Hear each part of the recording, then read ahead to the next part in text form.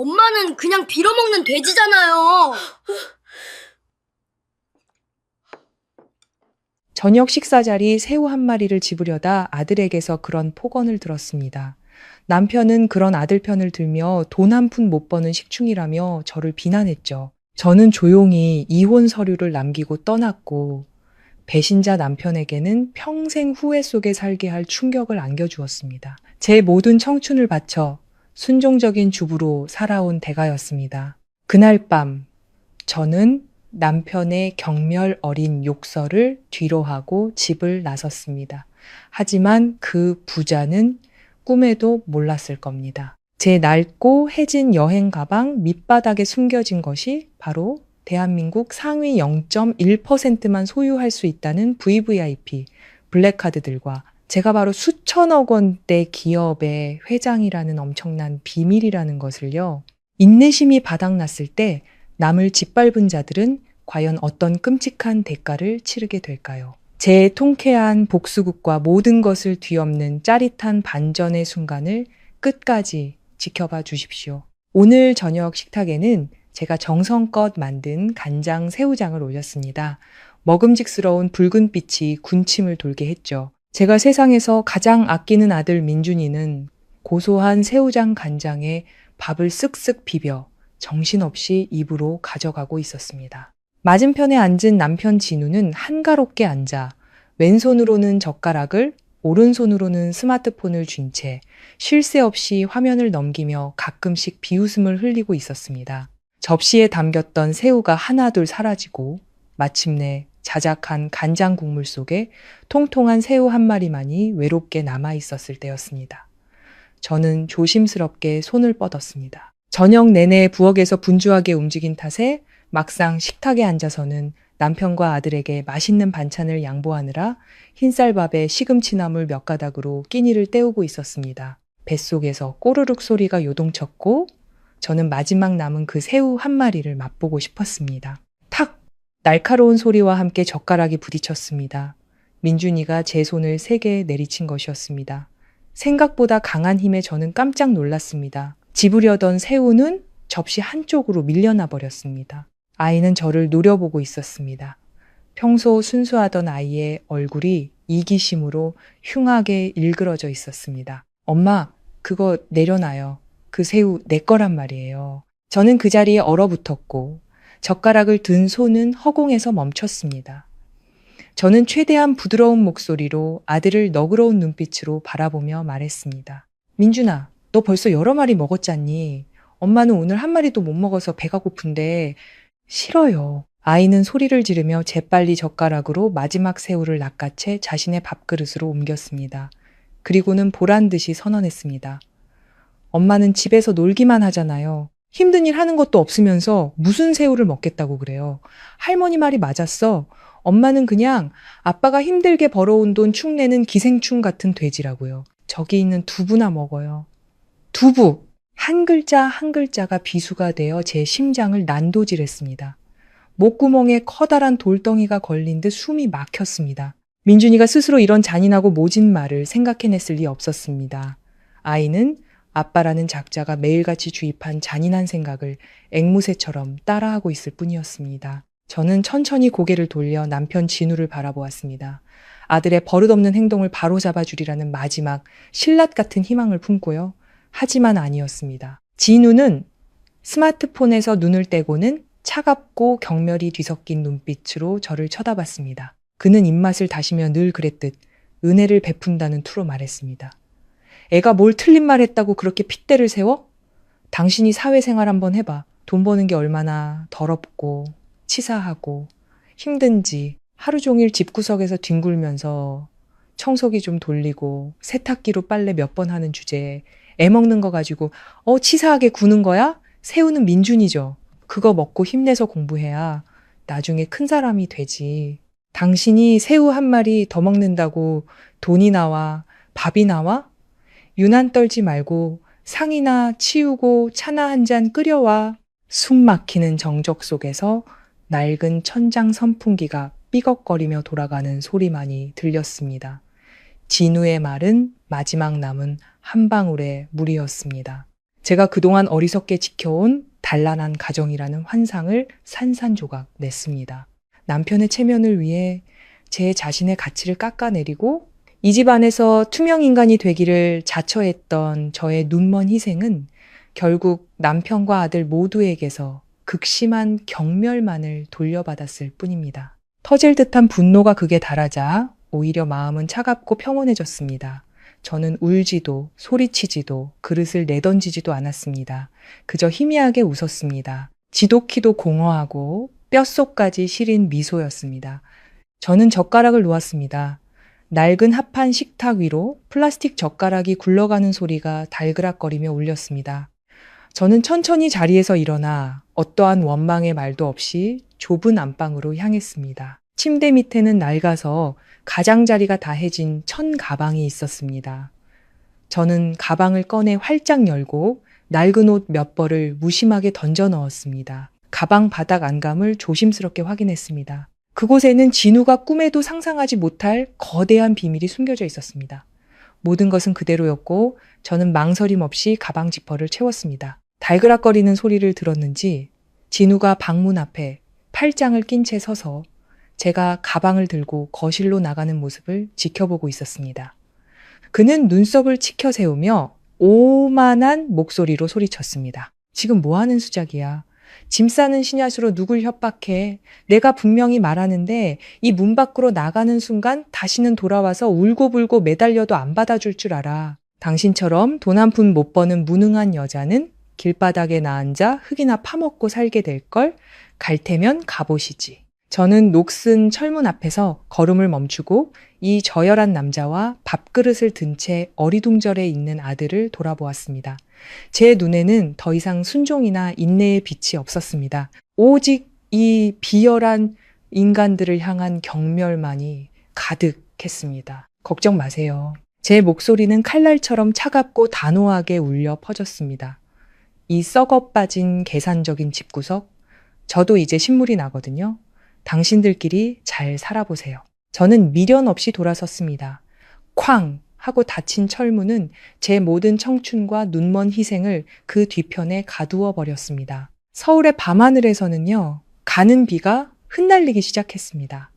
강변에서 불어오는 차가운 바람이 얇은 옷깃을 파고들었지만 그 어떤 추위도 제 영혼에 냉기만은 못했습니다. 저는 어두운 골목의 울퉁불퉁한 아스팔트 길 위로 낡은 여행 가방을 끌었습니다. 가로등의 희미한 불빛이 고인 물 웅덩이 위로 제 외로운 그림자를 길게 늘어뜨렸습니다. 골목 어귀를 지날 때 떡볶이 가게 아주머니가 남은 그릇을 정리하다가 흠칫 놀라 달려 나왔습니다. 아이고, 서연 씨, 이 밤중에 가방을 왜 끌고 어디 가는 거야? 비도 오는데. 또 남편이랑 싸웠어? 일단 들어와서 비라도 좀 피하고 가. 저는 걸음을 멈추고 비에 젖어 이마에 달라붙은 머리카락을 쓸어 넘기며 희미하게 웃었습니다. 진정으로 마음이 가벼워지는 미소였습니다. 아니에요, 아주머니. 그냥 개인적인 일로 잠시 어디 좀 다녀오려고요. 저는 곧장 큰 길로 나가 빈 택시를 향해 손을 흔들었습니다. 차 문을 열고 뒷좌석에 앉아 흠뻑 젖은 낡은 외투를 벗어 옆자리에 던져버렸습니다. 백미러를 통해 운전기사를 바라보는 제 목소리에는 더 이상 가난한 동네에 고단한 주부의 모습은 없었습니다. 과거의 모든 나약함을 지워버린 힘있고 또렷한 목소리가 울려 퍼졌습니다. 기사님, 강남구 청담동에 있는 고급 빌라 단지로 가주세요. 택시는 빗속을 질주하며 가난한 동네와 그곳에 묻어두었던 모든 억울함과 슬픔을 뒤로 했습니다. 제 이름, 박서연의 인생은 이 순간부터 새로 쓰이기 시작했습니다.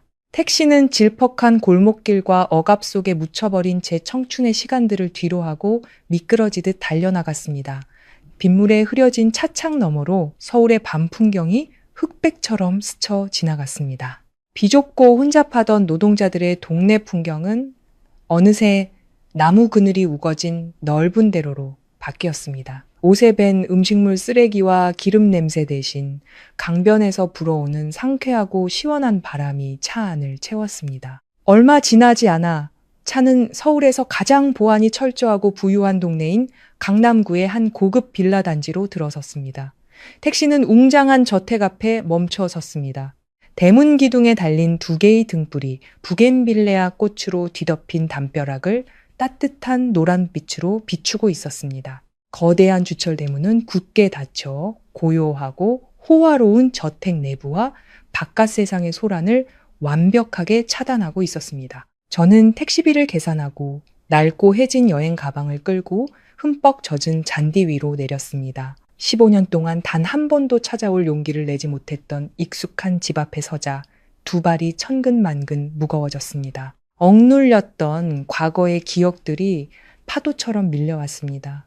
그 시절 저는 젊음의 치기와 진우의 공허한 사랑의 맹세를 맹신한 나머지 부모님의 반대를 무릅쓰고 이 집을 뛰쳐나왔습니다. 오직 진정한 사랑을 찾겠다라는 일념 하나로요. 맨주먹으로 시작해 큰 사업을 일군 부모님은 진우의 가부장적이고 편협한 본성을 일찌감치 꿰뚫어 보셨지만 어리석은 사랑에 눈이 먼 딸을 막을 수는 없었습니다. 제가 집을 떠나던 날 아버지는 분노에 차 저와 의절을 선언하셨죠. 빗물에 젖어 떨리는 손으로 저는 한참을 망설이다 돌담에 박힌 초인종 버튼을 눌렀습니다. 길고 고요한 벨소리가 울려 퍼졌습니다. 잠시 후 옆쪽의 작은 문이 조용히 열렸습니다. 희끗희끗한 머리에 얇은 실크 가운을 걸친 한 여인이 손전등을 든 채 허둥지둥 나왔습니다. 제 어머니 이수진 여사였습니다. 나이가 드셨어도 여전히 예전 재계에서 이름을 날리던 여성사업가의 날카롭고 기품 있는 모습이 남아 있었습니다.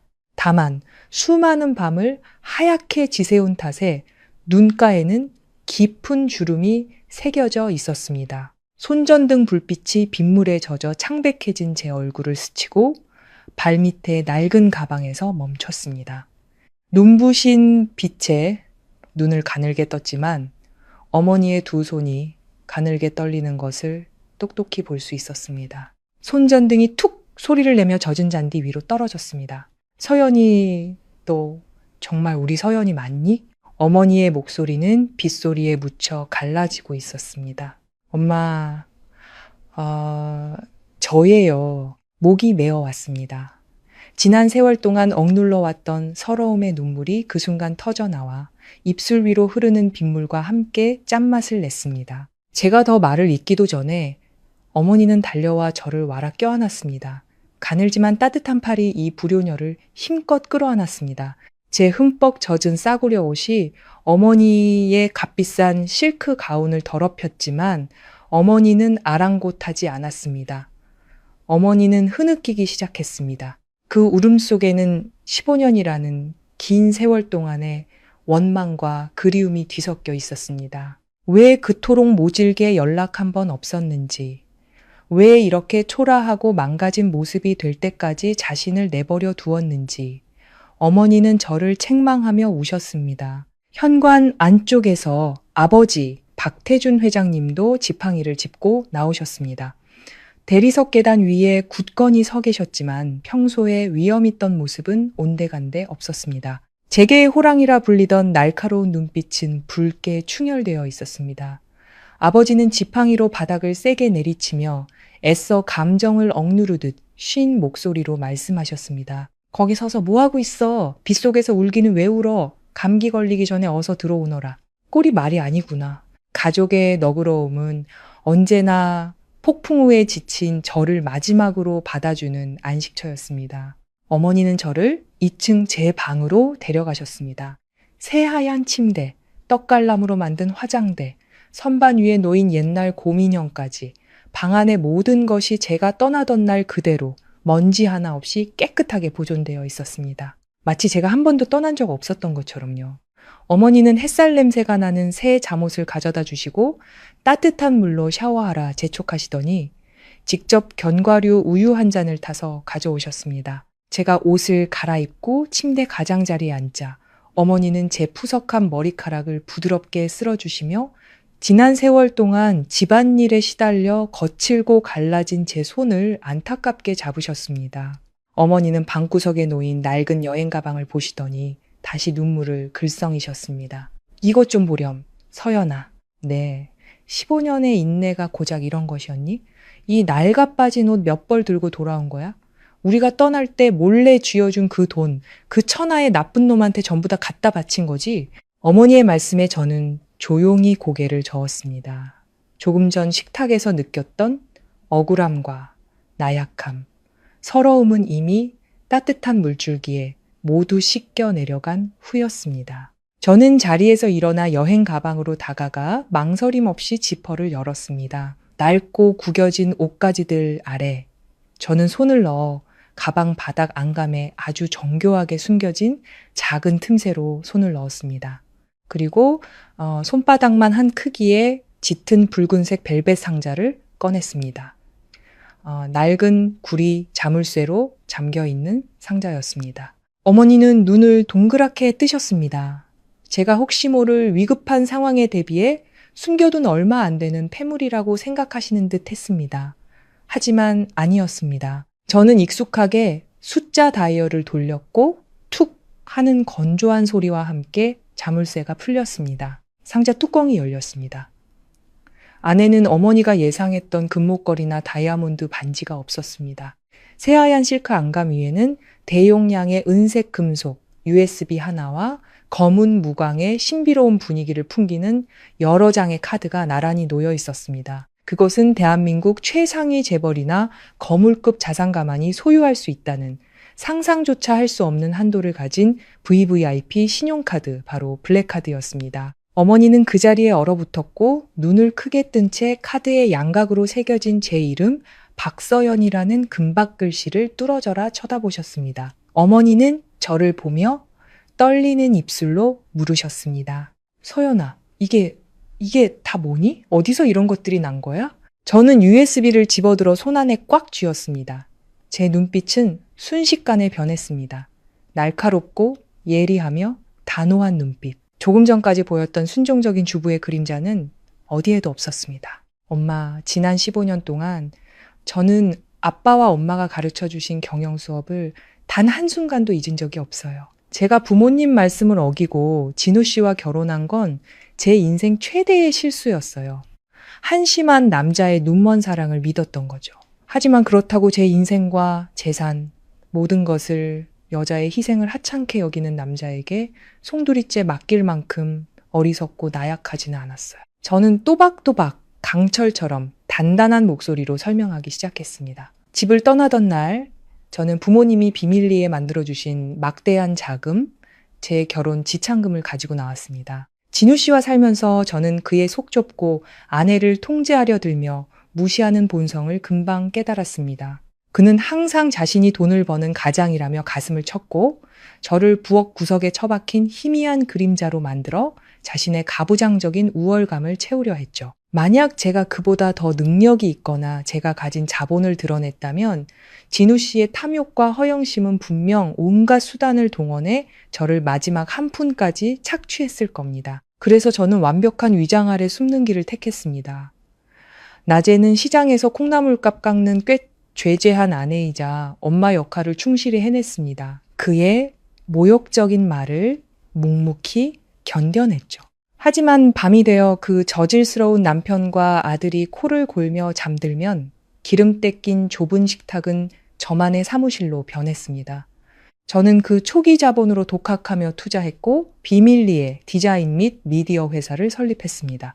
모든 거래와 인사관리, 계약 체결은 온라인으로 이루어졌습니다. 컴퓨터 화면과 보안 통화 뒤에서 수십억 원짜리 계약과 시장을 뒤흔든 크고 작은 미디어 캠페인들은 모두 베일에 쌓인 한 여성 CEO의 이름으로 진행되었습니다. 수년간 남몰래 눈물을 삼키며 치열한 비즈니스 세계에서 살아남은 결과 제 회사는 업계에서 손꼽히는 미디어 및 전자상거래 제국으로 성장했습니다. 제가 보유한 개인 자산과 부동산, 주식의 가치는 3천억 원이 넘습니다. 그 모든 화려한 제국은 이 작은 USB 안에, 그리고 제 절대적인 경제적 자유는 이 블랙카드들 안에 담겨 있어요. 저는 제 자산을 지키기 위해 그리고 언젠가 그가 변할 것이라는 기대를 품고 무능한 기생충인 척 연기하며 기다렸어요. 저는 어머니의 눈을 똑바로 쳐다보았습니다.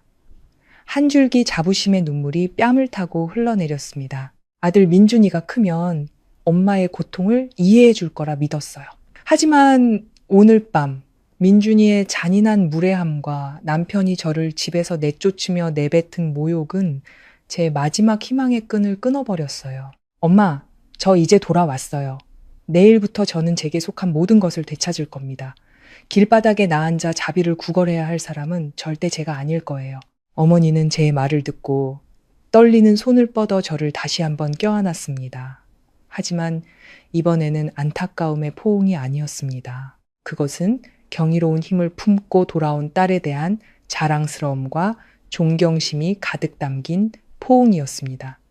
제 딸은 부엌 구석에서 꺾인 것이 아니었습니다. 그저 화려한 부활의 날을 준비하며 발톱을 갈고 있었을 뿐입니다. 창밖에서는 서울의 밤비가 여전히 세차게 내리고 있었습니다. 빗줄기는 나뭇잎을 두드리며 과거의 모든 먼지와 고통을 씻어내는 듯 했습니다.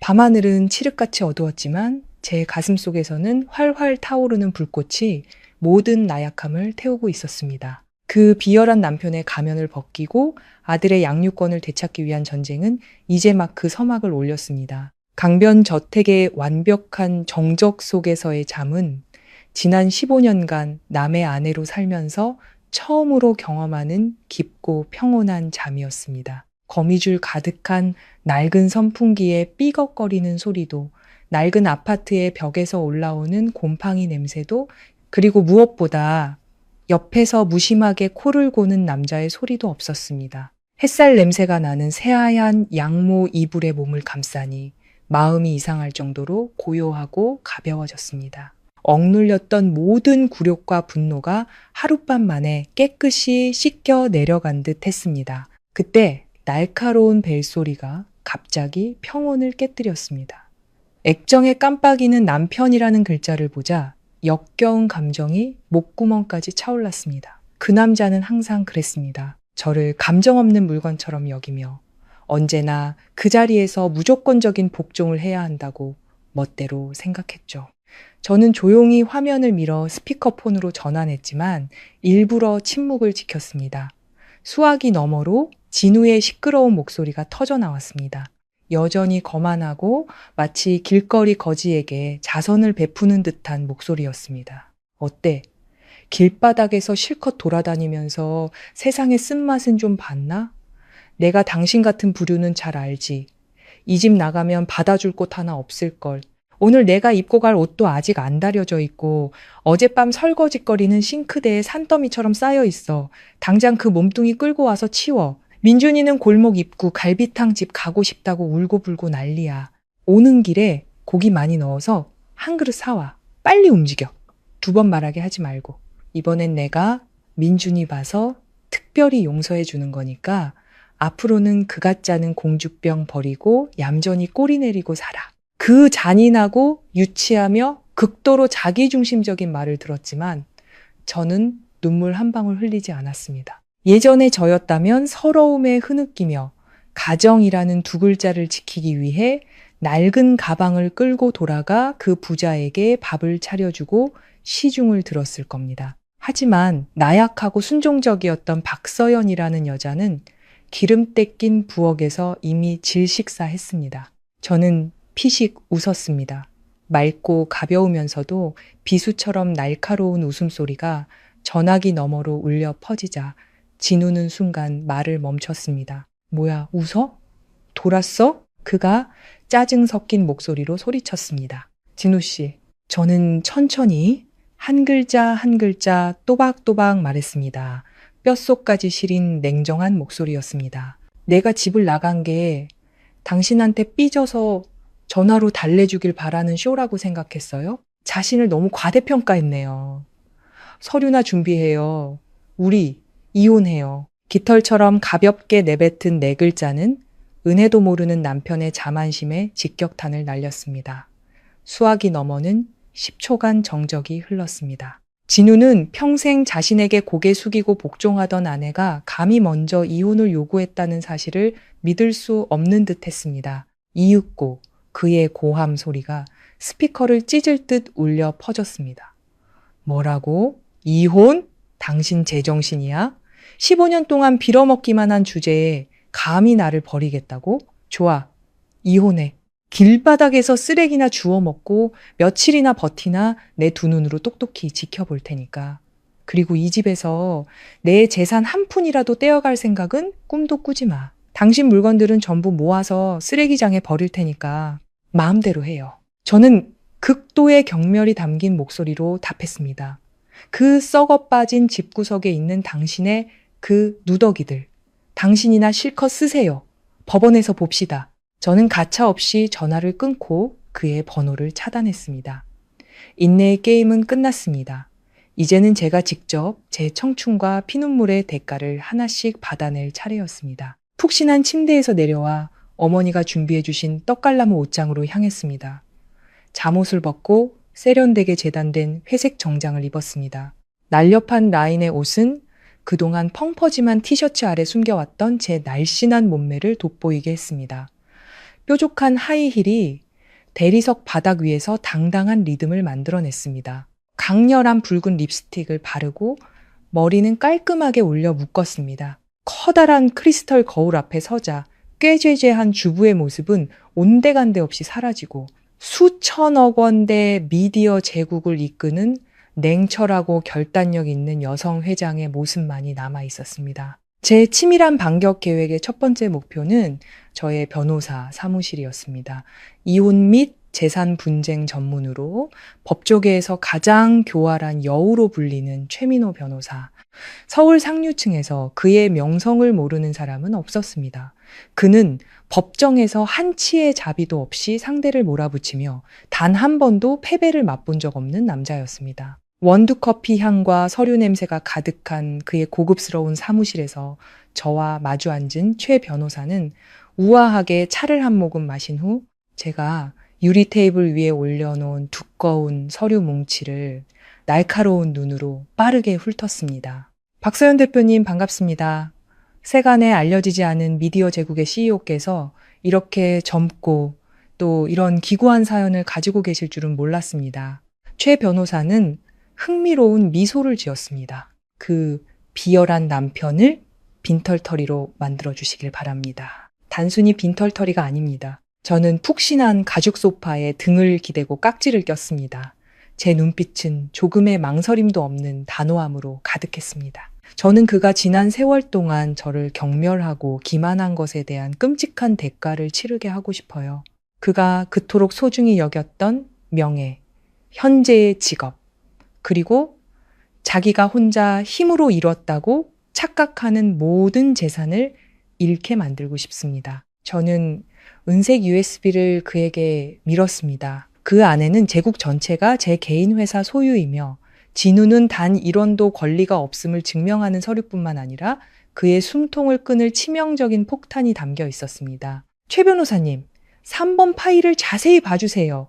제가 반년 전부터 사설 탐정을 고용해 은밀히 수집한 증거들입니다. 최 변호사는 USB를 노트북에 꽂고 파일을 열었습니다. 화면에는 선명하게 찍힌 수많은 사진과 동영상, 그리고 상세한 은행 거래 내역서가 나타났습니다. 사진 속 진우는 젊고 화려하게 치장한 한 여자와 고급 레스토랑과 리조트에서 다정하게 껴안고 있었습니다. 제 남편이 제 등 뒤에서 몰래 키우고 있던 어린애인 최유나였습니다. 이 거래 내역은 최 변호사는 마우스를 스크롤하며 전문가다운 놀라움을 감추지 못했습니다. 이 남자는 이 여자 계좌로 수억 원을 송금했군요. 명품 가방을 사주고 고급 오피스텔 월세를 내주고 이 돈은 명백한 혼인기간 중 공동재산 혹은 그가 가족을 부양한다고 자랑하던 월급에서 나온 돈입니다. 맞습니다. 저는 비웃음을 흘리며 고개를 끄덕였습니다. 그는 집에서는 저에게 푼돈으로 생색을 내고 시장에서 산 채소 한 단 때문에 저를 닥달하면서 뒤로는 창문으로 돈을 뿌리듯 젊은 여자를 먹여 살렸어요. 심지어 제 출산 장려금과 제가 비상금으로 모아둔 적금까지 빼돌려 그 더러운 관계에 쏟아부었죠. 이 모든 증거를 이용해 그의 재산을 동결시키고 그가 애인에게 빼돌린 돈을 한 푼도 남김없이 회수해 주세요. 그리고 아들 민준이의 양육권도 무조건 가져와야 합니다. 최 변호사는 노트북을 덮었습니다. 저를 보는 그의 눈빛은 이제 완벽한 경외심으로 바뀌어 있었습니다. 그는 남편에게 배신당한 아내들이 보통 증거도 없이 울고불고 매달리는 사건들을 지겹게 다뤄왔습니다. 하지만 지금 그의 눈앞에는 그 누구도 뚫을 수 없는 강철 갑옷을 스스로 만들어낸 한 여인이 있었습니다. 박 대표님, 당신의 계획은 정말 완벽하고 날카롭습니다. 단순한 이혼이 아니군요. 상대를 뿌리째 뽑아버릴 거대한 그물을 치신 겁니다. 최 변호사는 만족스럽게 고개를 끄덕였습니다. 좋습니다. 이 사건 제가 맡겠습니다. 가장 신속하고 강력한 법적 절차를 밟겠습니다. 먼저 반박할 수 없는 외도 증거를 첨부해 이혼 소송을 제기하고 법원에 긴급 임시 조치를 신청해 김진우 씨 명의의 모든 계좌를 동결시키겠습니다. 그 다음 그 최유나라는 여자에게 내용 증명을 보내 즉시 모든 재산을 반환할 것을 요구하겠습니다. 당신의 남편은 곁에서 묵묵히 희생한 여자를 무시하고 짓밟은 대가가 얼마나 끔찍한지 곧 깨닫게 될 겁니다. 변호사 사무실을 나서자 서울의 하늘은 짙은 안개를 걷어내고 눈부신 햇살을 쏟아내고 있었습니다. 거리를 가득 메운 자동차들의 행렬 속에서 저는 고개를 들고 심호흡을 했습니다. 핏줄 속을 흐르는 강렬한 자유를 느꼈습니다. 진우의 오만하고 무례한 전화는 그저 그의 어리석음에 대한 조종들존이었을 뿐입니다. 거대한 그물은 이미 쳐졌고 함정은 파였습니다. 배신자와 잔인한 자는 곧 그의 합당한 대가를 치르게 될 것입니다. 진우는 저를 빈손으로 내쫓고 어린 애인과 희희낙낙하며 살 수 있을 거라 생각했을까요? 천만에요. 그의 진짜 악몽, 가장 끔찍한 징벌은 이제부터 시작입니다. 하늘은 잿빛 구름으로 무겁게 내려앉아 있었고 차가운 이슬비가 잔디 위로 흩뿌려지고 있었습니다. 고요한 강변 저택의 정적은 갑자기 울려 퍼지는 날카롭고 집요한 초인종 소리에 산산조각 났습니다. 저는 화초에 물을 주던 손을 멈췄습니다. 불길한 예감이 들었습니다. 거실에 설치된 인터폰 화면을 통해 대문 밖에 서 있는 두 사람의 모습이 눈에 들어왔습니다. 진우와 민준이었습니다. 저는 깊은 숨을 들이마시며 요동치는 심장을 진정시키고 냉정해야 한다고 스스로를 다독였습니다. 옆문 잠금 버튼을 누르고 가벼운 실크 가운을 걸친 채 천천히 넓은 마당으로 나갔습니다. 문이 열리자마자 차가운 바람과 함께 아이의 흐느낌, 그리고 그 배신자의 익숙한 윽박지르는 목소리가 밀려 들어왔습니다. 엄마. 민준이가 달려와 제 허리를 끌어안았습니다. 아이는 제 배에 얼굴을 묻고 서럽게 울었습니다. 며칠은 갈아입지 않은 듯 교복은 구겨지고 얼룩져 있었고 단정하던 머리는 헝클어져 있었습니다. 제 배 아파 낳은 아들의 처참한 모습을 보니 심장이 수천 개의 바늘로 찔리는 듯 아팠습니다. 본능적으로 아이를 감싸 안고 떨리는 어깨를 다독여주려 손을 뻗었습니다. 하지만 이어진 민준이의 울음 섞인 말은 제 머리 위로 쏟아진 얼음물처럼 저의 모든 연민을 얼어붙게 만들었습니다. 엄마, 집에 가요. 제발요. 엄마가 없으니까 아무도 밥을 안 해줘요. 할머니가 해주는 밥은 맛없고 아빠는 맨날 편의점 도시락만 사와서 못 먹겠어요. 옷도 갈아입었는데 아무도 빨래를 안 해서 냄새나고 화장실도 더러워요. 엄마, 집에 가서 청소하고 간장 새우장 만들어주세요. 엄마가 해준 밥 먹고 싶어요. 허공에 떠있던 제 손이 멈칫하더니 힘없이 아래로 떨어졌습니다. 눈가에 맺히려던 눈물은 순식간에 말라버렸습니다. 민준이의 눈물은 제 실크 가운을 흠뻑 적셨지만 그것은 엄마를 그리워하고 가정이 깨진 것을 슬퍼하는 아이의 눈물이 아니었습니다. 그것은 충실했던 하녀를 갑자기 잃어버린 어린 왕자의 이기적인 투정이었습니다. 아이는 자신의 기본적인 욕구가 충족되지 않는 불편함 때문에 굶주린 배 때문에 울고 있을 뿐 엄마가 그동안 어떻게 지냈는지 어떤 상처를 받았는지에 대한 질문은 단 한마디도 없었습니다. 저는 고개를 들어 칼날처럼 날카로운 시선으로 진우를 쏘아보았습니다. 그는 몇 걸음 떨어진 곳에 주머니에 손을 찔러 넣은 채 서 있었습니다. 여전히 거만한 표정이었지만 눈빛에는 교활함이 가득했습니다. 그는 민준이를 향해 턱짓하며 늘 그랬듯 은혜를 베푸는 투로 말했습니다. 저것 좀 봐. 당신, 엄마라는 사람이 어떻게 자식을 저렇게 버려두고 갈 수 있어? 애가 배고프고 냄새나서 저렇게 울고불고 애원하잖아. 그만 유난 떨고 가짜는 자존심은 집어치워. 짐 싸서 우리 따라와. 민준이 봐서 당신이 버릇없이 집 나간 거 눈 감아 줄 테니까. 집에 가서 그 쓰레기장 좀 치워. 손님이라도 오면 창피해서 얼굴을 들 수가 없어. 그 뻔뻔하기 짝이 없는 말을 듣자 제 가슴은 분노로 들끓었습니다. 이 남자는 정말 구제불능이었습니다. 그는 아들을 방패 삼아 신성한 모성애를 이용해 저를 조종하고 있었습니다. 자신을 위해 계속해서 희생하는 노예로 돌아오라고 강요하는 것이었습니다. 그는 순수한 아이를 자신의 이기적인 목적을 위한 도구로 전락시켰습니다. 저는 민준이의 팔을 부드럽지만 단호하게 떼어냈습니다. 한 걸음 뒤로 물러서자 아이는 저를 올려다봐야 했습니다. 제 얼굴은 얼음장처럼 차가웠습니다. 더 이상 순종적인 미소도 무한한 총애도 없었습니다. 민준아, 울음 그치고 똑바로 서. 제 목소리는 흔들림 없이 또박또박 울려 퍼졌습니다. 너는 지금 밥 해줄 사람, 빨래 해줄 사람, 화장실 청소해줄 사람이 없어서 엄마가 필요하다고 했어. 그렇다면 내 아빠와 내 눈에는 엄마가 그저 움직이는 세탁기, 공짜 요리사, 평생 무급으로 일하는 가정부였던 거니? 민준이는 얼어붙었고 울음소리는 목구멍에서 멈췄습니다. 아이는 동그래진 눈으로 저를 멍하니 쳐다봤습니다. 항상 자신을 떠받들던 엄마의 냉정하고 엄격한 태도가 낯선 듯 했습니다. 저는 시선을 돌려 진우의 얼굴을 똑바로 응시하며 날카로운 말을 쏘아붙였습니다. 김진우 씨, 그 위선적인 연기 좀 그만두시죠. 당신이 아이를 데리고 와서 울고불고 매달리는 건 아이를 사랑해서도 아내가 필요해서도 아니잖아요. 그저 당신을 위해 모든 집안일을 도맡아 하던 충실한 하녀를 잃었기 때문이잖아요. 당신이 밖에서 애인이나 만나고 다닐 수 있도록 시간을 벌어주던 사람이 없어져서 미치겠는 거겠죠. 당신은 이 아이의 영혼을 당신의 가부장적인 사상으로 오염시켰고 자기 배에 아파 낳은 엄마를 무시하도록 가르쳤어요. 당신들 부자의 눈물은 오늘 나에게는 그저 저급한 악어의 눈물일 뿐입니다.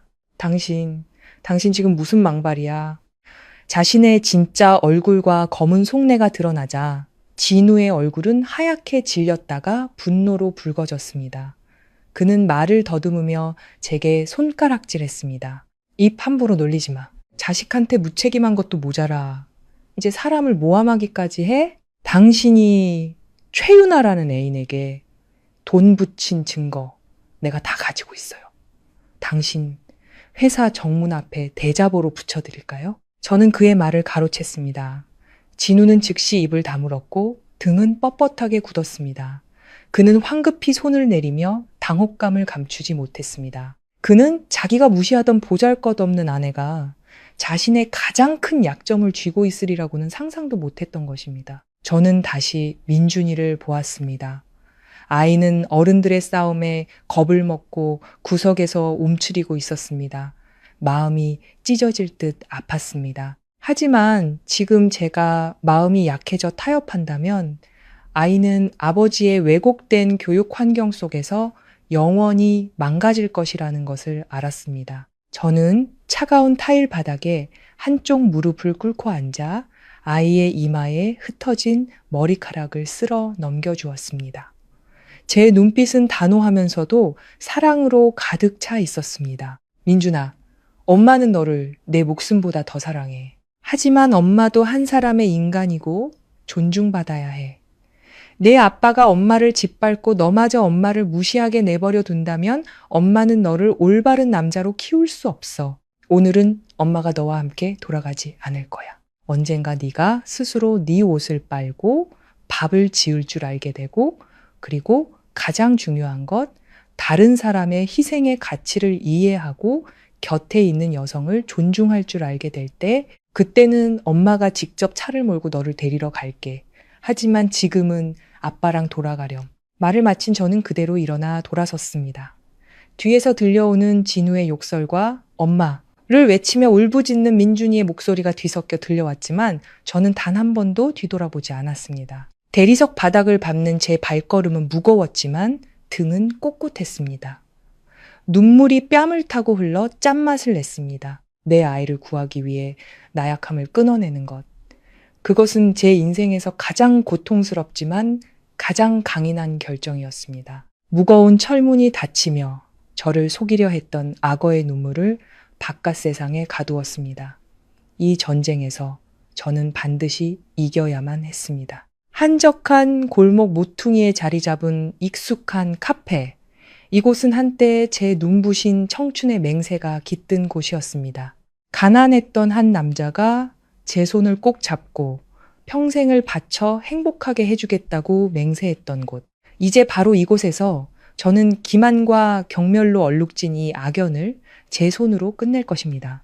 두꺼운 유리문을 밀고 들어서자 문 위에 달린 풍경이 맑은 소리를 냈습니다.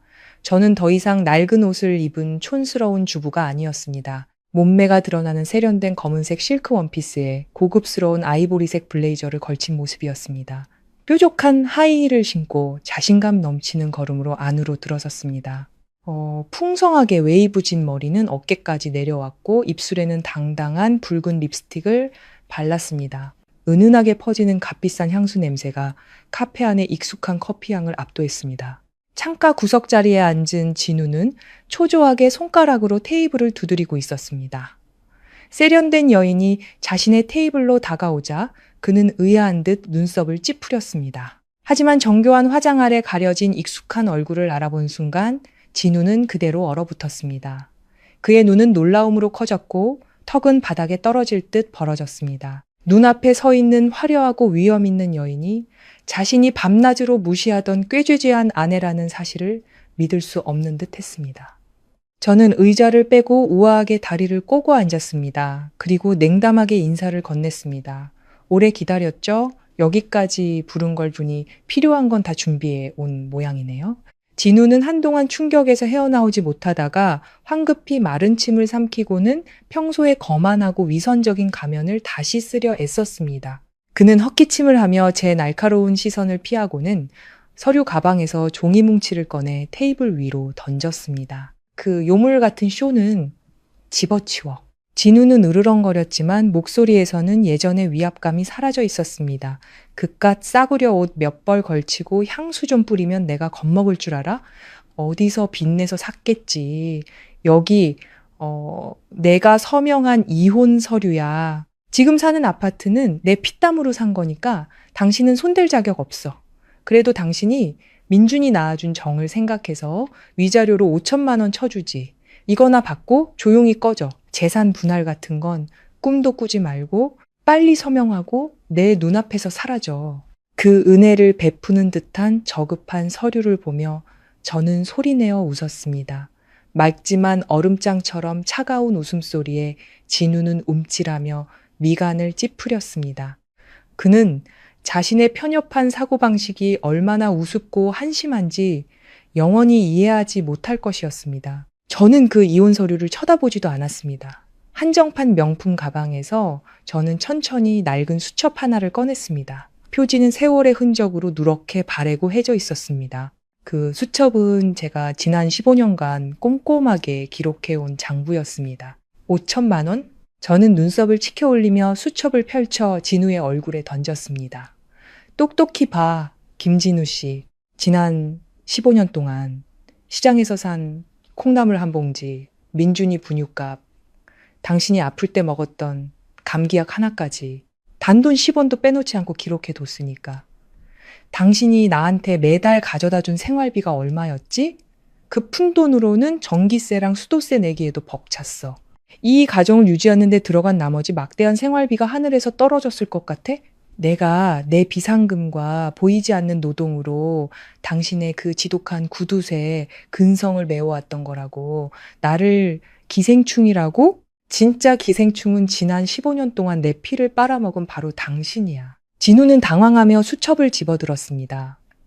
빽빽하게 적힌 잔인할 정도로 상세한 숫자들을 훑어보는 그의 얼굴은 잿빛으로 변했습니다. 그는 변명하려 했지만 저는 그에게 입을 열 기회조차 주지 않았습니다. 저는 이어서 깔끔하게 정리된 서류 뭉치를 테이블 위로 던졌습니다. 쿵!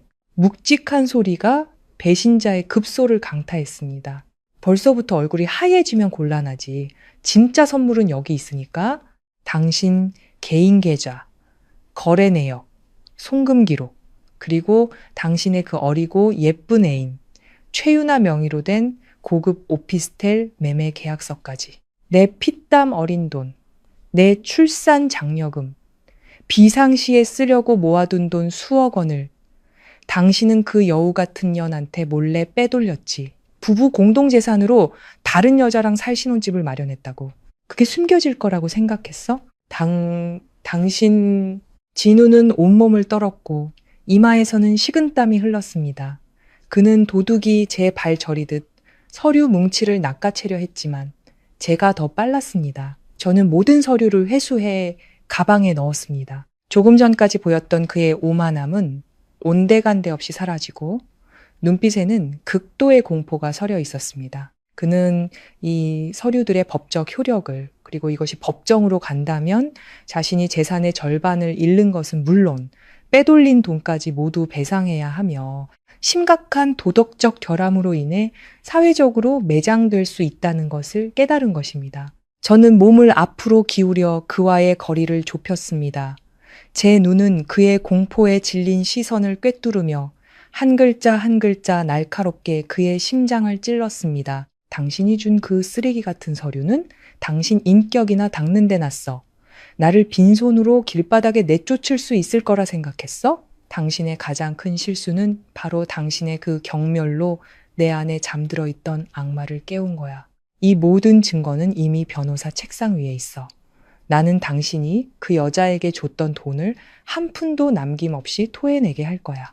그리고 당신의 그 위선적인 가면을 벗겨서 당신의 썩어빠진 본성을 온 세상에 공개할 거야. 저는 일어나 옷매무새를 가다듬고 의자 위에서 넋나간 듯 앉아있는 남자를 내려다보았습니다. 똑똑히 기억해, 김진우. 게임은 이제부터 시작이야. 이제는 당신이 나에게 자비를 구걸해야 할 시간이지 내가 당신을 두려워할 시간은 끝났다고. 저는 당당하게 돌아서서 카페를 나갔습니다. 뒤에는 감미로운 음악과 자신의 인생 최악의 악몽 속으로 빠져드는 한심한 패배자만이 남아 있었습니다. 궁지에 몰린 개는 더 사납게 무는 법입니다. 비열한 인간은 막다른 길에 다다랐을 때 가장 추하고 더러운 본성을 드러냅니다. 진우는 명백한 증거 앞에 모든 것을 잃게 되자 여론을 조작해 제 명예를 훼손시키려는 가장 저열한 방법을 택했습니다. 절망이 악의로 변했을 때 동네 카카오톡 단체방에 정교하게 조작된 사진 한 장이 올라왔고 순식간에 SNS를 통해 퍼져나갔습니다. 사진 속에서 저는 화려하게 화장을 하고 제 회사의 중요한 사업 파트너인 한지훈 대표 옆에서 환하게 웃으며 고급 승용차에 오르고 있었습니다. 그 사진과 함께 진우가 쓴 악어의 눈물이 가득한 장문의 글이 올라왔습니다. 그는 자신을 가족을 위해 힘들게 일했지만 결국 아내에게 배신당한 비련의 남편으로 둔갑시켰습니다. 그는 제가 남편의 돈을 빼돌려 명품을 사고 병든 자식을 내버려 둔 채 돈 많은 남자와 바람이 난 파렴치한 여자라고 모함했습니다. 세상에 입방아는 칼보다 날카로웠습니다. 예전에 저의 고된 처지를 동정하던 이웃들은 이제 신이 나서 저를 헐뜯기 시작했습니다. 그들은 근거 없는 악의적인 이야기들을 만들어내며 저를 용서받지 못할 죄인으로 몰아갔습니다. 그럴 줄 알았어. 요즘 갑자기 빼입고 다니더니 결국 애까지 버리고 돈 많은 남자 따라갔구먼. 불쌍한 진우 씨. 뼈 빠지게 일해서 처자식 먹여 살렸더니 결국 뒤통수만 맞았네. 여론은 저를 짙은 어둠 속으로 몰아넣었습니다. 사람들은 진실에는 관심이 없었습니다. 그들은 그저 자신들의 시기심을 배출할 희생양이 필요했을 뿐입니다. 하지만 악의적인 소문은 동네에서 그치지 않고 민준이의 학교에까지 퍼져나갔습니다. 아이들은 어른들의 무심한 말을 잔인하게 따라했습니다. 민준이를 향한 수군거림과 손가락질이 시작되었습니다. 결국 교정에서 큰 싸움이 벌어졌습니다. 담임 선생님의 다급한 전화를 받는 순간 제 심장은 돌덩이에 짓눌린 듯 내려앉았습니다. 저는 수십억 원이 걸린 중요한 이사회 회의를 중단하고 기사에게 학교로 최대한 빨리 가달라고 지시했습니다. 제 배 아파 낳은 아들보다 중요한 것은 없었습니다. 차가운 교무실에 들어서는 순간 눈앞의 광경에 제 속은 갈기갈기 찢기는 듯 했습니다.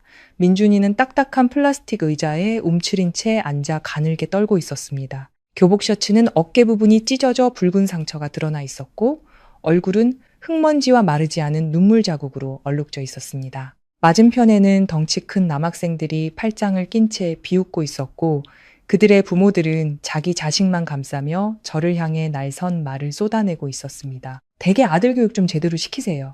가만히 있는 우리 애를 다짜고짜 때려서 입술이 터졌잖아요. 가정교육을 어떻게 시켰길래 애가 이 모양이에요? 한 엄마가 가슴을 치며 소리치더니 제가 입은 값비싼 정장을 위아래로 훑어보며 비웃었습니다. 아, 이제 보니 알겠네. 요즘 인터넷에서 시끄러운 그 여자분이시구나. 어쩐지 애가 저 모양이다 했어. 엄마가 정신 팔려서 남자나 쫓아다니는데 애를 가르칠 시간이 어디 있겠어요. 피가 머리끝까지 솟구쳤지만 저는 냉정을 유지해야 했습니다. 저는 천천히 다가가 민준이 앞에 한쪽 무릎을 꿇었습니다. 주위의 시선은 아랑곳하지 않고 가방에서 실크 손수건을 꺼내 아들의 땀과 얼룩을 조심스럽게 닦아주었습니다. 민준아, 엄마 봐. 저는 부드럽지만 힘있는 목소리로 말했습니다. 아이는 붉게 충혈된 눈으로 저를 올려다보았습니다. 엄마한테 사실대로 말해줘. 왜 친구를 때린 거야? 쟤들이 엄마 보고 나쁜 년이래요. 버릇없고 바람난 여자라고. 민준이는 이를 악물고 억울함에 북받친 목소리로 말했습니다. 아빠랑 저를 버리고 돈 많은 아저씨 따라갔다고 엄마를 막 욕했어요. 참을 수가 없었어요. 엄마 욕하지 말라고 했어요. 아들의 대답에 제 심장은 아프게 울렸습니다. 이 아이는 비록 아버지의 이기적인 사상에 물들고 제게 상처 주는 말을 했었지만 그 내면 깊은 곳에는 엄마를 지키려는 본능과 사랑이 뜨겁게 흐르고 있었습니다. 저는 자리에서 일어섰습니다. 더 이상 나약한 모습은 없었습니다. 저는 그 학생들과 거만하게 서 있는 학부모들을 향해 돌아섰습니다. 제 차가운 눈빛에 교무실은 순간 정적에 휩싸였습니다. 죄송합니다. 저는 또렷하고 단호한 목소리로 말했습니다. 제 아들이 친구를 때린 것은 명백한 교칙 위반입니다. 모든 치료비와 피해 보상은 제가 책임지겠습니다. 하지만 폭력을 쓴 아이를 탓하기 전에 여러분의 자녀들이 다른 사람의 인격을 얼마나 잔인하게 짓밟았는지 먼저 돌아보시길 바랍니다.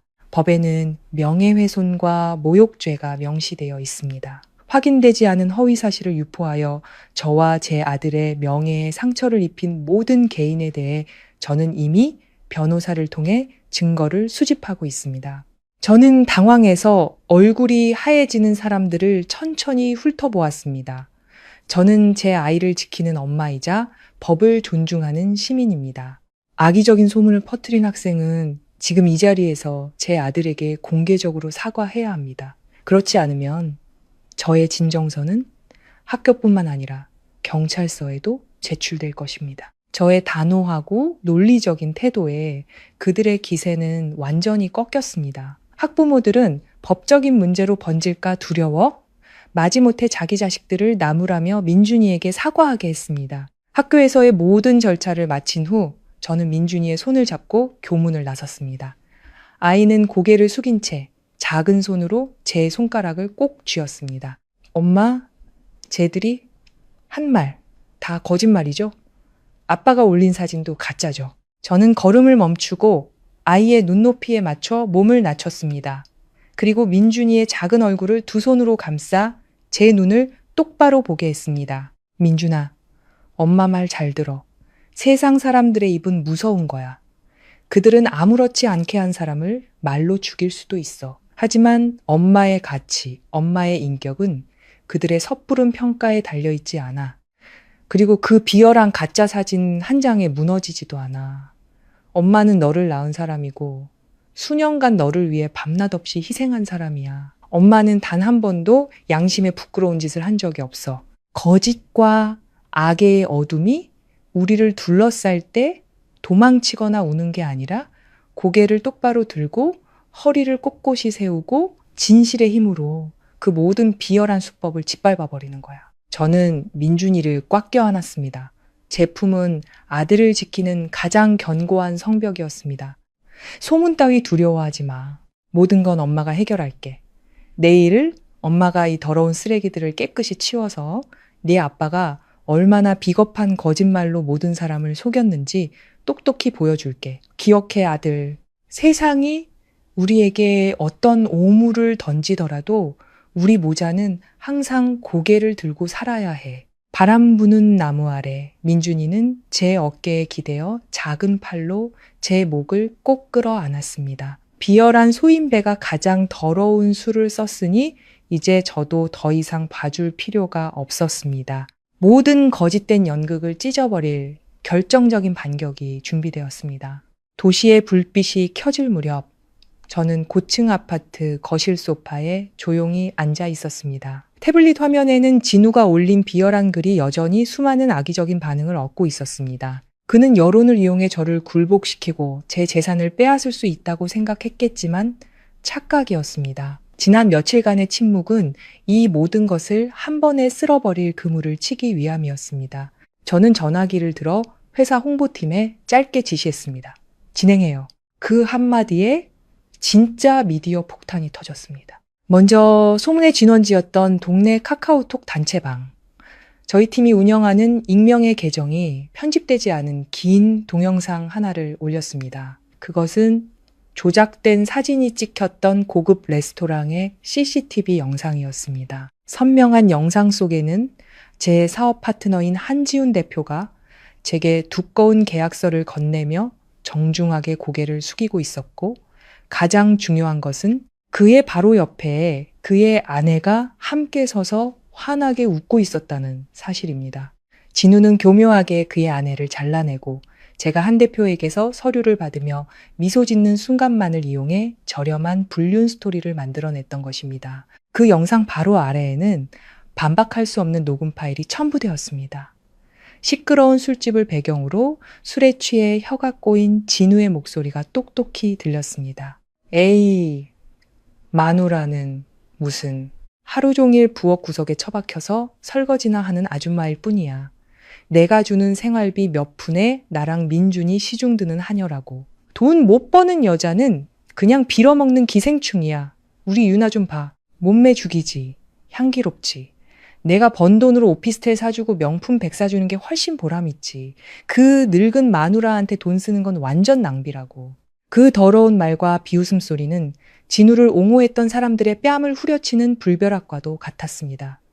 단체방은 순식간에 폭발했고 여론은 180도 뒤집혔습니다. 저를 욕하던 사람들은 이제 앞다투어 진우의 비열함과 잔인함을 저주했습니다. 인간 쓰레기, 짐승만도 못한 놈. 진실 앞에 분노한 여론은 진우의 거짓된 명예를 남김없이 불태웠습니다. 하지만 15년간 짓밟힌 여자의 복수는 온라인상의 욕설로 끝나지 않았습니다. 동시에 진우가 부장으로 근무하는 회사의 모든 임원진에게 암호화된 파일이 익명으로 발송되었습니다. 그 안에는 그의 비도덕적인 행위뿐만 아니라 그가 직위를 이용해 협력업체로부터 뒷돈을 받아 챙겼고 그 돈의 상당 부분을 애인 최윤아의 오피스텔 구매 자금으로 사용했다는 명백한 증거가 담겨 있었습니다. 결과는 폭풍처럼 몰아쳤습니다. 진우는 인사부로 불려갔고 어떠한 변명도 통하지 않았습니다. 그는 그 자리에서 즉시 해고 통보를 받았으며 회사는 횡령죄로 그를 고소하겠다고 밝혔습니다. 항상 넥타이를 매고 거들먹거리던 그의 모습은 이제 상자 하나를 든 채 동료들의 비웃음 속에서 보안 요원에게 끌려나가는 처량한 신세가 되었습니다. 10수년간 쌓아온 경력은 한순간에 잿더미가 되었습니다. 패닉에 빠진 진우는 그의 마지막 희망이었던 최윤아에게 미친 듯이 전화를 걸었지만 그녀는 이미 연락 두절이었습니다. 그가 사준 고급 오피스텔로 달려갔지만 문은 굳게 잠겨 있었고 관리사무소는 그녀가 이미 어제 급하게 집을 팔고 모든 짐을 챙겨 떠났다고 전했습니다. 그 영악한 여자는 법원에서 보낸 재산 동결 통지서를 보고 위험을 감지하자마자 진우가 준 현금을 모두 챙겨 도망친 것이었습니다. 명예, 직업, 애인, 돈, 모든 것을 잃은 진우는 절망 속에서 마지막 지푸라기를 잡았습니다. 바로 그가 그토록 경멸했던 아내였습니다. 제 책상 위 전화기가 울렸습니다. 모르는 번호였습니다. 저는 천천히 전화를 받았습니다. 서연아, 서연아, 민준이, 엄마, 내가 잘못했어. 내가 정말 다 잘못했어. 수화기 너머로 진우의 처절한 울음소리가 들려왔습니다. 더 이상 저를 길바닥에 내쫓겠다던 오만함은 없었습니다. 오직 막다른 길에 몰린 패배자의 구걸만이 남아 있었습니다. 그 나쁜 년한테 내가 속은 거야. 귀신에 홀렸었나 봐. 제발 우리 15년 정을 생각해서 아빠가 필요한 민준이를 생각해서라도 소송 좀 취하해줘. 나 좀 살려줘, 서연아. 나 다 잃었어. 저는 그의 비굴한 변명을 끝까지 들었습니다. 제 마음은 고요한 호수처럼 단 한 점의 동정심도 잃지 않았습니다. 그가 저를 모함하는 사진을 조작했을 때 15년의 정을 생각했던가, 아들에게 저를 욕하도록 가르쳤을 때 아빠로서의 자격을 생각했던가. 김진우 씨, 저는 칼날처럼 차가운 목소리로 말했습니다. 착각하지 마. 당신을 홀린 귀신은 없어. 오직 당신의 탐욕과 이기심, 그리고 그 천박한 본성이 당신을 지옥으로 끌고 갔을 뿐이야. 배신과 잔인함의 대가는 그깟 쓰레기 같은 사과 한마디로 살 수 있는 게 아니야. 법원 소환장은 이미 당신 집으로 갔을 테니 마음의 준비나 해. 서연아, 제발. 저는 냉정하게 전화를 끊고 번호를 차단했습니다. 길게 이어지는 신호음이 제 인생의 모든 더러운 소음을 잠재웠습니다. 인과응보, 15년간의 억눌렸던 분노가 마침내 통쾌함으로 바뀌는 순간이었습니다. 이제 남은 것은 이 썩어빠진 결혼 생활의 마지막 조각들을 정리하는 일뿐이었습니다. 법원 조정실은 숨막히는 긴장감으로 가득했습니다. 제 맞은편에는 김진우가 앉아 있었습니다. 예전에 거만하고 깔끔했던 모습은 온데간데 없이 초췌하고 망가진 모습이었습니다. 깊게 파인 눈은 핏발이 서 있었고 모든 것을 잃은 자의 절망감이 가득했습니다. 그는 고개를 푹 숙인 채 한때 자신이 짓밟았던 아내의 차가운 눈을 감히 마주보지 못했습니다. 변호사가 내민 이혼 서류에는 가차없는 재산 분할 조항이 명시되어 있었습니다. 그의 외도, 재산, 은닉, 횡령에 대한 모든 증거는 법적으로 확정되었습니다. 진우에게는 더 이상 물러설 것도 협상할 자격도 없었습니다. 그는 떨리는 손으로 펜을 들었습니다. 숨을 참고 입술을 깨물며 천천히 펜을 내렸습니다. 종이 위에 새겨진 비뚤어진 서명은 기만으로 가득했던 15년의 고통스러운 세월에 마침표를 찍었습니다. 법원 문을 나서는 순간 서울의 하늘은 눈부시게 푸르렀습니다. 진우는 텅 빈 두 손으로 넋 나간 듯 거리를 걸었습니다. 그는 자신이 무참히 부서뜨린 가정을 뒤돌아보며 통한의 후회를 했지만 모든 것은 너무 늦어버렸습니다. 저는 당당하게 그의 곁을 스쳐 지나갔습니다. 배신자를 향한 동정은 제가 베풀 수 있는 가장 큰 사치였습니다. 저는 민준이를 데리러 갔습니다. 기름때와 쓰레기 냄새가 나던 낡은 아파트는 이제 영원히 과거가 되었습니다. 고급 세단은 우리 모자를 태우고 도시의 중심에 있는 최고급 펜트하우스로 향했습니다. 웅장한 문을 열고 들어서자 눈부신 햇살이 가득한 거대한 공간이 나타났습니다. 통유리창 너머로 화려한 서울의 전경이 펼쳐졌습니다. 민준이는 그 자리에 얼어붙어 경이로움과 낯돈이 뒤섞인 눈으로 주위를 둘러보았습니다. 엄마, 여기 누구 집이에요? 친구 집이에요? 아이는 제 옷자락을 꼭 쥐며 물었습니다. 저는 미소 지으며 아이의 눈높이에 맞춰 무릎을 꿇었습니다. 아니, 이제부터 여기가 우리 집이야. 우리 둘만의 새로운 보금자리. 이제 너는 넓은 내 방을 갖게 될 거야. 더 이상 좁고 답답한 곳에서 지내지 않아도 돼. 하지만 놀라움은 여기서 끝이 아니었습니다. 저는 아이의 마음속에 뿌리 박힌 왜곡된 생각을 완전히 부수기 위해 아이가 직접 진실을 보게 해야만 했습니다. 저는 민준이의 손을 잡고 가장 번화한 거리에 우뚝 솟은 회사 건물로 향했습니다. 로비를 지나자 모든 직원이 일제히 일어나 제게 정중하게 고개를 숙였습니다. 회장님, 오셨습니까? 민준이는 어리둥절한 눈으로 주위와 저를 번갈아 쳐다봤습니다. 우리는 전용 엘리베이터를 타고 최고층으로 향했습니다. 거대한 문이 열리자 위험 있는 사무 공간이 나타났습니다. 저는 민준이를 데리고 수많은 디자인 상패와 스케치가 가득한 제 작업 테이블로 갔습니다. 그리고 서랍에서 두꺼운 포트폴리오를 꺼냈습니다. 민준아, 이 프로젝트들을 승인한 사람 이름이 누군지 한번 볼래? 아이는 고개를 숙여 서명란에 찍힌 이름을 더듬더듬 읽었습니다. 그리고 떨리는 목소리로 물었습니다. 무명, 엄마, 무명이 누구예요? 저는 아이의 어깨를 감싸 안으며 눈물을 참고 말했습니다. 그 무명, 이 회사를 수년간 이끌어온 베일의 사인 CEO가 바로 엄마야. 내 아빠가 항상 무능한 기생충이라고 무시하던 기름 냄새 나던 그 엄마. 민준이는 그 자리에 얼어붙었습니다. 아이는 서류를 한 장 한 장 넘기다가 빛바랜 스케치 한 장에서 멈췄습니다. 그 구석에는 펜으로 휘갈겨 쓴 메모가 있었습니다. 새벽이시 민준이 고열. 밤새 물수건으로 닦아주며 아침까지 디자인 시안 완성해야 함 아들의 미래를 위해 힘내자. 벼락이 치는 듯 했습니다. 민준이의 마음을 감싸고 있던 거짓의 벽이 와르르 무너져 내렸습니다. 위대한 아빠와 무능한 엄마라는 모든 환상이 산산조각 났습니다. 아이는 밤새 기침하는 자신을 위해 희미한 불빛 아래 등을 구부리고 앉아있던 엄마의 모습을 떠올렸습니다. 그리고 엄마의 밥그릇을 내치고 잔인한 말로 엄마의 가슴에 상처를 냈던 자신의 모습을 떠올렸습니다. 엄마! 엄마! 민준이는 터져나오는 울음을 참지 못했습니다. 아이는 무릎을 꿇고 제 허리를 끌어안으며 놓치면 사라질 것처럼 저를 꽉 붙들었습니다. 통안의 후회와 뼈저린 미안함이 담긴 눈물이 제 옷을 흠뻑 적셨습니다. 죄송해요, 엄마. 제가 정말 잘못했어요. 엄마는 기생충이 아니었어요. 엄마는 제 슈퍼맨이었어요. 제가 아플 때 밤새 저를 돌봐주셨는데 저는 아빠 말만 듣고 엄마를 괴롭혔어요. 저는 나쁜 아들이에요. 제발 저를 미워하지 마세요. 엄마, 제 마음은 부드럽게 녹아내렸습니다.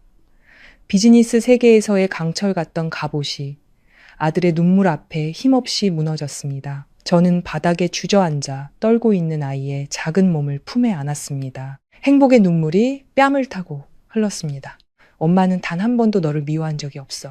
엄마가 이 모든 것을 견뎌낸 건 오직 네가 올바른 남자로 성장하길 바랐기 때문이야. 다른 사람의 가치, 특히 여자의 희생을 존중할 줄 아는 사람으로 네가 엄마를 이해하고 사랑해준다면 지난 15년의 모든 고통은 엄마에게 아무것도 아니야. 눈부신 햇살이 쏟아지는 사무실에서 우리 모자는 서로를 끌어안고 모든 오해와 상처를 씻어냈습니다. 아이는 흐느끼며 앞으로는 엄마를 지키는 든든한 어깨가 되겠다고, 다시는 엄마를 울리지 않겠다고 맹세했습니다. 기나긴 폭풍우가 지나가고 마침내 우리 모자 앞에는 찬란한 행복이 기다리고 있었습니다. 평온한 저녁, 갑자기 울리는 날카로운 벨소리가 정적을 깨뜨렸습니다. 액정에 뜬 번호는 진우의 어머니, 한때 저를 무능한 며느리라며 구박했던 시어머니의 것이었습니다. 거절하려던 순간 불길한 예감에 전화를 받았습니다. 수화기 너머로 처절한 울음소리가 터져 나왔습니다. 서연아, 아가, 내가 잘못했다. 제발 우리 진우 좀 살려줘. 걔가 죽게 생겼어. 시어머니의 목소리는 공포로 가득 차 있었습니다. 진우가 회사에서 잘리고 빈털터리가 되니까 도박으로 만회하려고 사채를 썼단다. 지금 빚이 몇십억으로 불어서 갚을 수가 없게 됐어. 방금 그놈들한테서 전화가 왔는데 진우를 창고에 가둬놓고 돈 안 가져오면 양팔을 자르고 강에 던져버리겠다고 협박했어. 서연아, 내가 무릎 꿇고 빌게 제발 우리 아들 목숨 좀 살려줘. 그 처절한 애원을 들었지만 제 마음은 얼음장처럼 차가웠습니다. 인과응보. 아내와 자식에게 상처를 준 자가 결국 스스로 무덤을 판 것이었습니다. 하지만 전화를 끊으려던 순간 아들 민준이의 자는 모습이 눈에 들어왔습니다. 진우는 쓰레기 같은 남편이었지만 어쨌든 민준이의 친아버지였습니다. 아버지가 사채업자에게 비참하게 죽거나 평생 불구로 살아가는 끔찍한 기억을 아이에게 남겨줄 수는 없었습니다. 저는 아들의 평온한 미래를 위해 돈으로 이 악연을 완전히 끊어내기로 결심했습니다. 비 내리는 밤, 저는 변호사와 건장한 경호원들을 대동하고 사채업자들이 말한 폐창고로 향했습니다. 낡은 철문 안에는 험악한 인상의 남자들이 진우를 기둥에 묶어놓고 있었습니다. 진우는 피투성이가 된 채 저를 보자마자 희미한 희망의 빛을 띠며 제 이름을 불렀습니다. 우두머리로 보이는 남자가 비웃으며 말했습니다. 배짱 한번 두둑하군. 내 서방놈 목숨값으로 30억 준비해왔나? 10원이라도 모자라면 팔 하나는 잘라야겠는데. 저는 그의 협박에 아랑곳하지 않고 경호원에게 돈 가방을 열게 했습니다. 현금 다발이 가득한 가방의 위력 앞에 그의 기세는 한풀 꺾였습니다. 이 돈은 이 남자가 불쌍해서 주는 게 아닙니다. 이 사람과 우리 모자의 인연을 완전히 끊어내기 위해 사는 돈입니다. 최 변호사가 앞으로 나서며 진우 앞에 서류 한 장을 내밀었습니다. 박서연 씨가 당신 빚을 갚아주는 대신 당신은 아들 민준이에 대한 친권을 완전히 포기하고 앞으로 두 사람의 인생에 절대 나타나지 않겠다라는 각서입니다. 만약 위반 시 이 30억은 당신이 갚아야 할 빚이 되며 우리는 당신을 공갈죄로 고소할 겁니다. 서명하시죠. 진우는 무너져 내렸습니다. 그는 피눈물을 흘리며 통안의 후회가 가득한 눈으로 저를 보았지만 제게서는 차가운 냉기만이 느껴졌을 뿐입니다. 그는 떨리는 손으로 자신의 모든 것을 포기하는 서류에 서명했습니다. 저놈 끌어내서 던져버려. 진우는 짐짝처럼 질질 끌려나가 빗물이 고인 길바닥에 버려졌습니다. 저는 차갑게 돌아서서 그곳을 떠났습니다. 차에 오르기 전 마지막으로 그를 돌아보았습니다. 어둠 속에서 홀로 울부짖는 그의 모습에 아주 희미한 연민이 스쳐 지나갔지만 그것은 빗방울처럼 순식간에 사라졌습니다. 피눈물로 얼룩진 전쟁은 끝났습니다. 그 비열한 남자는 자신의 죄에 대한 가장 혹독한 대가를 치렀습니다. 차는 다시 화려한 도심을 향해 달렸습니다. 과거의 모든 오물을 씻어내고 완전히 새로운 미래를 향해 고통스러웠던 폭풍우가 지나가고 마침내 제 인생에도 찬란한 햇살이 비추기 시작했습니다. 펜트하우스 통유리창 앞에 서서 노을에 물드는 아름다운 서울의 풍경을 바라봅니다. 부엌 구석에서 주눅 들어있던 과거의 제 모습은 이제 온데간데 없습니다. 저는 제 모든 것을 되찾았을 뿐만 아니라 재계에서 존경받는 여성 리더로 우뚝 섰습니다. 그리고 이 자리에서 저는 새로운 사람, 풍을 만났습니다. 그는 다른 파트너 기업의 유능한 CEO였습니다. 그는 저의 능력을 존중하고 제 의견에 귀를 기울여주며 진심 어린 존경의 눈빛으로 저를 바라봐 주었습니다. 그와의 관계는 아직 좋은 사업 파트너이자 친구이지만 그의 존재는 세상에는 여전히 마음을 열 가치가 있는 좋은 남자들이 있다는 것을 깨닫게 해주었습니다. 하지만 이 모든 성공보다 더 큰 성취는 바로 제 아들 민준이입니다. 아이는 이제 훨씬 더 성숙하고 늠름해졌습니다. 아버지에게서 배운 잘못된 생각들은 깨끗이 사라졌습니다. 민준이는 더 이상 이기적인 어린 왕자가 아닙니다. 스스로 방을 정리하고 밥을 지을 줄 알며 퇴근하는 저를 따뜻한 말로 맞이해주는 든든한 아들이 되었습니다. 오늘도 피곤한 하루를 마치고 집에 돌아오자 익숙하고 맛있는 냄새가 저를 반겼습니다. 부엌에서는 민준이가 앞치마를 두르고 저녁을 준비하고 있었습니다. 저를 보자 환하게 웃는 아이의 모습에 하루의 피로가 눈 녹듯 사라졌습니다. 엄마, 오셨어요? 어서 씻고 오세요. 오늘 엄마가 제일 좋아하는 걸로 준비했어요. 엄마 새 프로젝트 성공 축하 파티예요. 저는 아들이 차려준 저녁상 앞에 앉았습니다. 식탁 중앙에는 먹음직스러운 붉은빛의 간장, 새우장이 놓여 있었습니다. 그 음식을 보자 굴욕으로 가득했던 과거의 그날 밤이 떠올랐습니다. 하지만 이상하게도 더 이상 분노나 서러움은 느껴지지 않았습니다. 그저 현재의 눈부신 부활을 증명하는 낡은 필름처럼 느껴질 뿐이었습니다. 민준이가 제 맞은편에 앉았습니다. 아이는 천천히 그리고 소중하게 가장 크고 실한 새우 한 마리를 집었습니다. 그리고 정성스럽게 껍질을 벗겨 통통한 새우살을 제 밥그릇 위에 올려주었습니다. 한때 엄마의 밥그릇을 내쳤던 그 작은 손이 이제는 세상에서 가장 맛있는 것을 엄마에게 바치고 있었습니다. 아이는 저를 보며 깊은 이해와 사랑, 그리고 감사가 담긴 눈빛으로 말했습니다. 엄마, 드세요. 이 제일 큰 새우는 엄마 거예요. 평생 저 때문에 너무 고생 많으셨어요.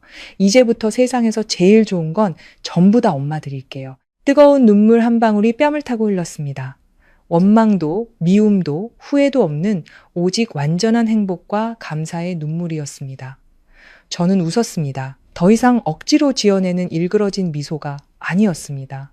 절대적인 자유와 완전한 해방감, 그리고 진정한 평온 속에서 피어나는 눈부신 미소였습니다. 따뜻한 저녁 식사는 우리 모자의 웃음소리로 가득했습니다. 창밖으로는 수백만 개의 불빛이 별처럼 반짝이고 있었습니다. 썩어버린 껍질을 깨고 나온 제 인생은 이제 막 진정한 여명을 맞이하고 있었습니다. 가치 없는 것을 버릴 용기는 제게 사랑과 존중, 그리고 영원한 행복으로 가득한 진짜 가정을 선물해 주었습니다. 오늘 이야기는 여기까지입니다. 들어주셔서 감사합니다. 채널 구독과 좋아요를 통해 더 많은 의미 있는 이야기들을 함께 나눠주세요. 다음 이야기에서 다시 뵙겠습니다.